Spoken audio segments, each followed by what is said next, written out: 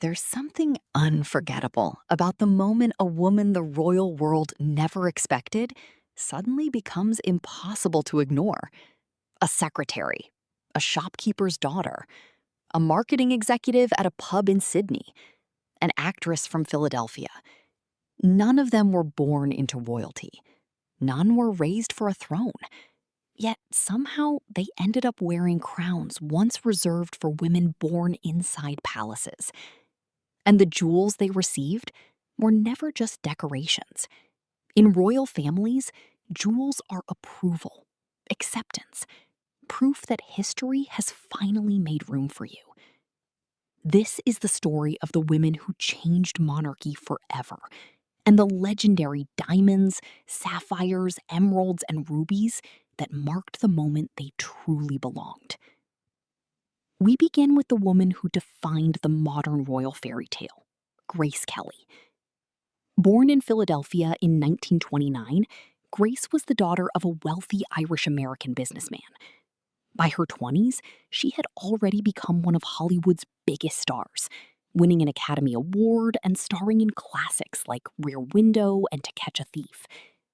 But in 1955, everything changed during a visit to the Cannes Film Festival, when she met Prince Rainier III of Monaco during a palace photo shoot. Their romance moved quickly. At first, Rainier proposed with a Cartier Eternity band, set with rubies and diamonds in Monaco's national colors. But soon after, he replaced it with something unforgettable. A 10.48-carat emerald-cut diamond flanked by baguette diamonds. The ring instantly became one of the most iconic engagement rings in history. Grace even wore it in her final film, High Society, blending Hollywood glamour with real royal symbolism. When they married in Monaco on April 19, 1956, more than 30 million people watched the ceremony worldwide. Instead of a towering tiara, Grace chose a delicate lace and pearl cap, allowing the diamond on her hand to steal the spotlight. After marrying, she left acting behind and devoted herself to Monaco's cultural and charitable life until her tragic death in 1982. Decades later, Grace Kelly still represents the ultimate transformation, an American actress who became royalty without ever losing her elegance. Then came Queen Sonja of Norway, whose story feels less like a fairy tale and more like a battle patiently won. Sonja Haraldsson grew up in a middle-class family in Oslo, the daughter of a clothing shop owner. She studied dressmaking and later attended university before meeting Crown Prince Harald at a party in 1959. What followed was a secret relationship that lasted 9 years because Norway's royal establishment struggled to accept the idea of a commoner queen. King Olav V resisted for years. Eventually, Harald gave his father an ultimatum. If he could not marry Sonja, he would never marry at all. The future of the royal line suddenly depended on one woman the monarchy never intended to accept.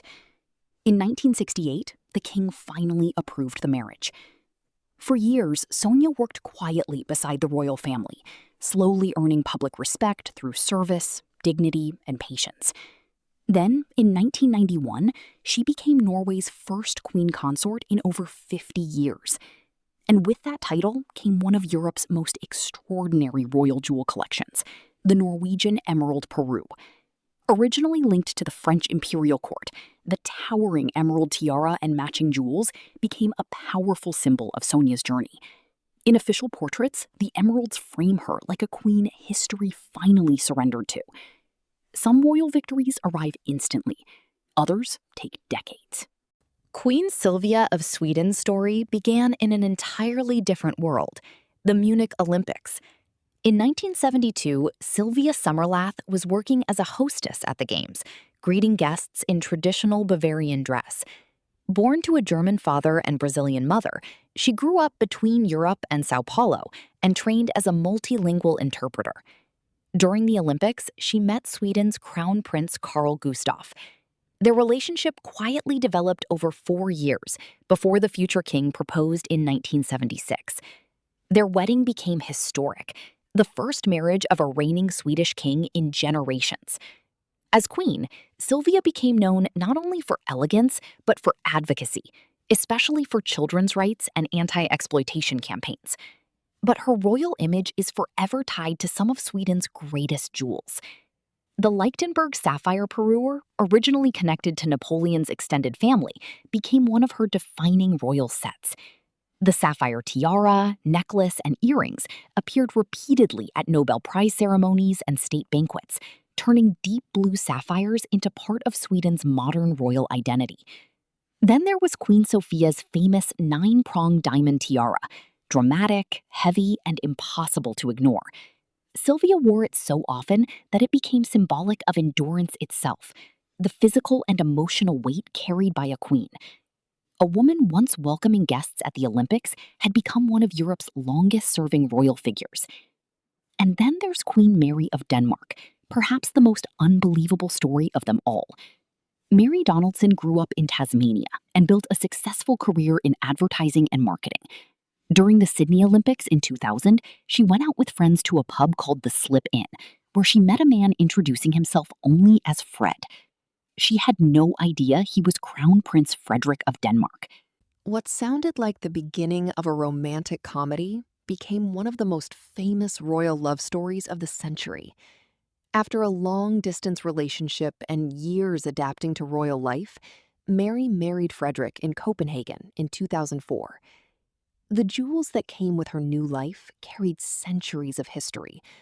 Most famous was the Danish Ruby Parure, originally linked to Désirée Clary, Napoleon Bonaparte's former fiancé. Passed through generations of European royalty, the rubies eventually reached Denmark and were entrusted to Frederik for his future queen. Mary first wore the rubies before her wedding, and over time they became inseparable from her public image.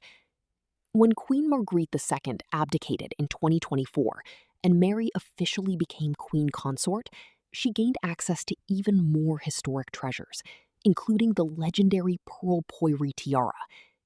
The moment she wore it publicly, the transition felt complete.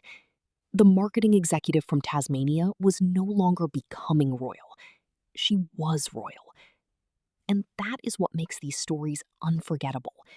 Not the crowns, not the palaces, not even the jewels. It's the fact that history looked at women who were never supposed to belong and eventually said yes.